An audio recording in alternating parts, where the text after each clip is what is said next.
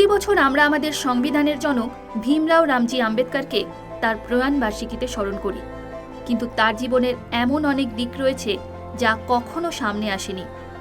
চলুন আজ তার কর্মময় জীবনের দিকে একটু নজর রাখা যাক। যে কর্মময় জীবনে তিনি সমাজে সাম্যতা আনার জন্য নিরন্তর লড়াই চালিয়ে গিয়েছেন জাতপাতের বিরুদ্ধে। বি.আর. আম্বেদকর। অনেকেই তাকে চেনেন একজন বিশিষ্ট ভারতীয় আইনজ্ঞ, সমাজ সংস্কারক এবং রাজনীতিবিদ হিসেবে, যিনি সমাজের প্রান্তিক ও নিপীড়িত শ্রেণীর উন্নতির জন্য তার জীবন উৎসর্গ করেছিলেন।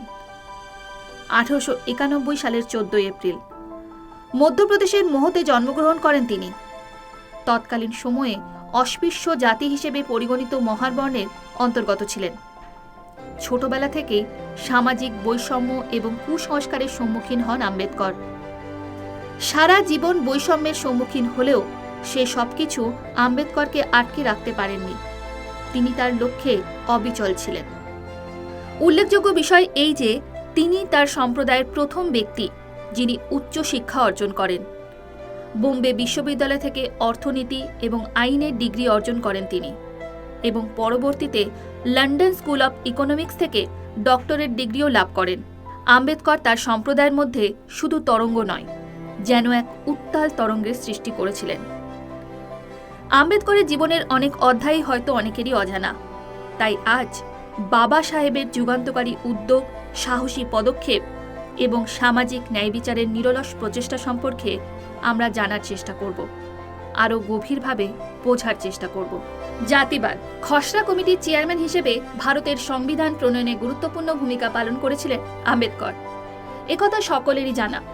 কিন্তু এর পাশাপাশি তার দৃষ্টিভঙ্গি মৌলিক নথি গঠনের ক্ষেত্রে সহায়ক ছিল, যা সমস্ত নাগরিকদের মৌলিক অধিকার, সমতা এবং সামাজিক ন্যায় বিচারের নিশ্চয়তা দেয়। অস্পৃশ্যতা দূরীকরণ, তপশিলি জাতি ও উপজাতিদের জন্য সংরক্ষণের মাধ্যমে ইতিবাচক পদক্ষেপের প্রচারের ওপর জোর দিয়েছিলেন তিনি। He was against the untouchability, but to fight the untouchability, he always said, our solution to the untouchability will be within the four walls of this country, that is India, Bharat. The nation is always foremost for him. Same God permeates every creatures, not just human beings. বাবা সাহেব বিশ্বাস করতেন যে মন্দির হলো জনসাধারণের উপাসনার স্থান এবং সমগ্র হিন্দু সম্প্রদায়ের আবেগ তার সঙ্গে যুক্ত। তাই কিছু হিন্দুদের প্রবেশে অনুমতি দিয়ে বাকিদের জন্য সেই পথ বন্ধ করে দেওয়া একেবারে গ্রহণযোগ্য ছিল না তার কাছে। হিন্দু দর্শন। ডাক্তার আম্বেদকর সর্বদা হিন্দু দর্শনের প্রাধান্য স্বীকার করলেও অস্পৃশ্যতার ধারণার উৎপত্তি নিয়ে প্রশ্ন তুলেছিলেন। তার প্রশ্ন ছিল, কেন হিন্দুরা প্রত্যেক জীবের মধ্যে ঐশ্বরিক উপস্থিতি স্বীকার করেও কিছু মানুষকে অস্পৃশ্য বলে মনে করে? শুধু ভারতেই নয়, পাকিস্তানেও নৃশংসতার শিকার হয়েছেন অনগ্রসর শ্রেণীর অগণিত মানুষেরা। Baba Saheb was a Hindu to the core. He knew and understood the problems or the contradictions within the Hindu dharma, but he also knew these contradictions, these problems can be resolved within the four walls of Hindu dharma. In fact, Hindu dharma is the only flexible dharma in the world where various extremes exist together. Rather, it is fight between good Hindu and not so good Hindu. You should keep into mind that Hindu dharma is undoubtedly the best dharma in the world. I, as a teacher, and also I call all my students and the society to abolish this untouchability in every sense in 100%. 1956 সালের 14 October Bijoya দশমীর শুভ দিনে মনের সমস্ত তিক্ততাকে দূরে সরিয়ে রেখে বৌদ্ধ ধর্মে শরণাপন্ন হয়েছিলেন তিনি। ডাক্তার আম্বেদকর ইসলাম বা খ্রিস্টান ধর্মকে তাদের জন্য উপযুক্ত মনে করেননি যারা দীর্ঘদিন ধরে নিপীড়িত হয়েছেন, কারণ তিনি বিশ্বাস করতেন যে এই ধরনের ধর্মান্তরকরণ জাতীয়তাবাদ এবং দেশপ্রেমের প্রতি তাদের আনুগত্য নিয়ে সন্দেহ তৈরি করতে পারে। নেশন। একজন ব্যক্তি তার ধর্ম বা সম্প্রদায়কে দেশের থেকে বেশি অগ্রাধিকার দিলে তা সত্যিই লজ্জাজনক। এর থেকে ওই ব্যক্তির বিকৃত চিন্তাধারা সামনে আসে। এই ধরনের চিন্তাভাবনা দেশে প্রকৃত জাতীয়তাবাদের জন্ম দেয় না। ডক্টর আম্বেদকর দৃঢ়ভাবে বিশ্বাস করতেন যে জাতীয়তাবাদের প্রতি আমাদের আনুগত্য অত্যন্ত স্পষ্ট হওয়া উচিত। যদিও ৩৭০ অনুচ্ছেদ যা জম্মু কাশ্মীরকে একটি বিশেষ মর্যাদা দিয়েছিল সেটি বর্তমানে বাতিল, কিন্তু যখন এটি প্রবর্তন করা হয়েছিল তখন ডক্টর আম্বেদকর এর বিরোধিতা করেছিলেন, কারণ তিনি বিশ্বাস করতেন যে এটি জাতির ঐক্য ও সম্প্রীতিকে ভেঙে দেবে।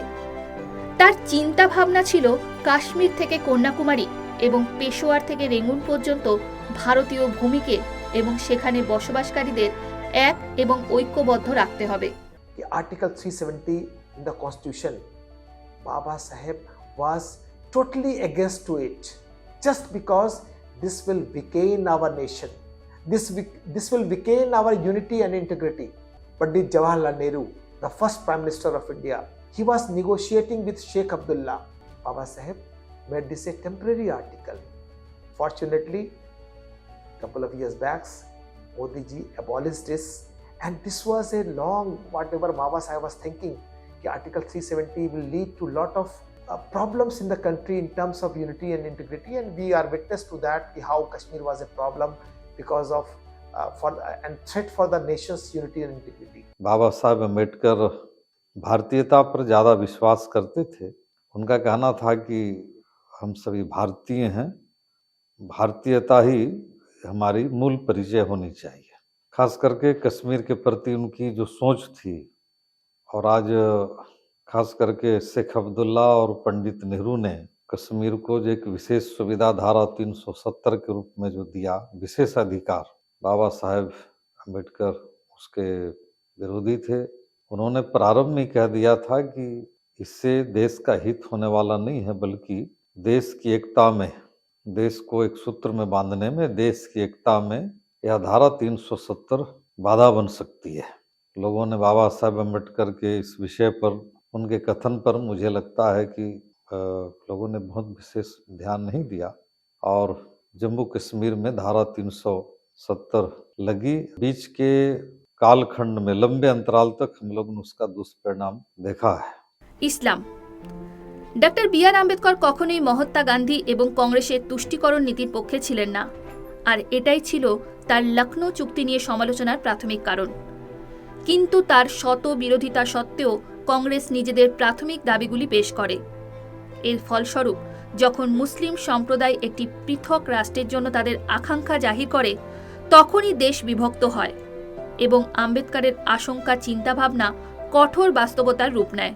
He did not embrace Islam or he did not embrace Christianity because he saw that both of the religions are kind of not very conducive for this country, which will break or at least weaken this country. So Baba Sahib was telling in his times that economically, politically and socially we may be divided, but a time will come when all of us will be united in every sense, and as a nation we will flourish and we will develop.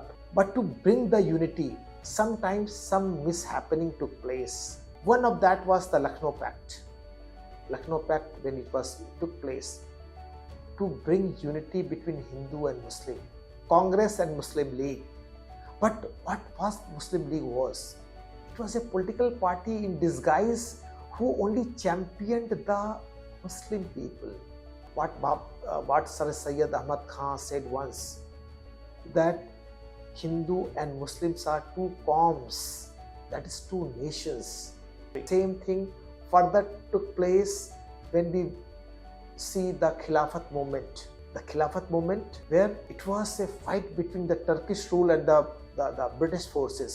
How Turkish ruler can be the ruler of the whole Muslim world, when these people of India, whether Hindu or Musliman, even if he is Muslim, it is his nation. So a Turkey rule or Turkey ruler's fight cannot be a Muslim's own fight.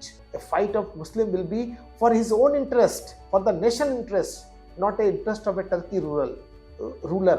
But mistakenly, Congress supported this Khilafat movement and the Turkey Caliphate rule, and they started Khilafat movement. Baba Saheb, as he opposed the Lucknow Pact, he bitterly opposed the this Khilafat movement also, because he knew that this will lead to a situation where unity and integrity of this nation will be challenged. And he was not wrong. Same thing which in 1940 when Iqbal, the famous poet or philosopher, said, we want a different nation. And the last nail in the coffin was in 1947, when India was partitioned and two nations were created based on religion. Though Bharat was not based on religion, but Pakistan was totally based on religion. 1857 সালের আন্দোলনের পর সেনাবাহিনীতে মুসলমানদের হার ধীরে ধীরে বৃদ্ধি পেতে থাকে। সে সময় ভারতের সীমান্তে অবস্থিত ছিল আফগানিস্তান, যার ফলে আম্বেদকরের মনে একটি ভীতির সঞ্চার হয়। আর সেই ভয়ের পেছনে ছিল একটাই প্রশ্ন, সেটা হলো যদি মুসলিমরা ভারত আক্রমণ করে তাহলে ভারতীয় সেনাবাহিনীতে থাকা মুসলিমরা ভারতকে রক্ষা করবে নাকি তারা ভ্রাতৃত্বকে অগ্রাধিকার দেবে এবং আক্রমণকারীদের ভারতীয় সীমান্তে প্রবেশে কোনো বাধা দেবে না। ভাষা। স্বাধীনতার পর দেশে বিভিন্ন প্রদেশগুলির পুনর্গঠনের আহ্বান জানানো হয়েছিল। এখানে ভাষাকে মানদণ্ড হিসেবে বিবেচনা করা হয়েছিল। ডাক্তার আম্বেদকর এ বিষয়ে উদ্বেগ প্রকাশ করেছিলেন। তিনি বলেছিলেন যে যদি ভাষার ভিত্তিতে রাজ্যগুলি গঠিত হয় তবে রাজ্যের আকারে ছোট ছোট জাতিসত্তার উদ্ভব হওয়ার সম্ভাবনা রয়েছে। One of the aspects which Dr. Babasaheb Ambedkar touched was the aspect of language. He was very much concerned about this fact that if we are going to create states within this country based on language, this in future may give rise to subnationalism, which is not going to be good for the country. Rather, he was of the opinion that one of the Bharatiya languages should be taken as a link language. He had a very high regard for all the Bharatiya languages. At the same time, his love for Sanskrit is, I think, very well publicized and known. He, in fact, had put forward this thought that Sanskrit should actually be the national language of the country. And he has also made this proposal in the Constituent Assembly, in one of the submissions in Constituent Assembly. সাহেব ছিলেন একজন সত্যিকারের দেশপ্রেমিক, মানবতাবাদী এবং ধর্মপ্রাণ ব্যক্তি। তার উদার হৃদয়ে সংকীর্ণ চিন্তাভাবনার জন্য কোনো স্থান ছিল না। সমাজে ন্যায় বিচার এবং সমতার প্রতি তার প্রতিশ্রুতি তাকে ভারতীয় সংবিধানের জনক উপাধি এনে দিয়েছিলেন। বিবিধ বাধা এবং সামাজিক কুসংস্কারের সম্মুখীন হওয়া সত্ত্বেও তিনি তার দায়িত্ব থেকে পিছু হটেননি। তার জীবন এবং কাজই তাকে অমর করে রাখবে প্রত্যেক দেশবাসীর কাছে।